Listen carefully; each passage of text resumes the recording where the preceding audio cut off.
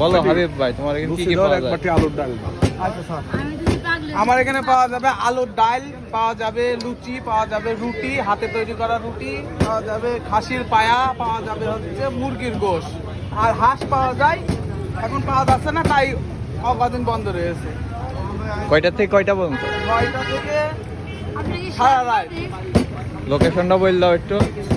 Location বড় বাজার মুন্সুপার মার্কেটের সামনে, শাহবাজ জুয়েলার্সের সামনে। ঠিক আছে।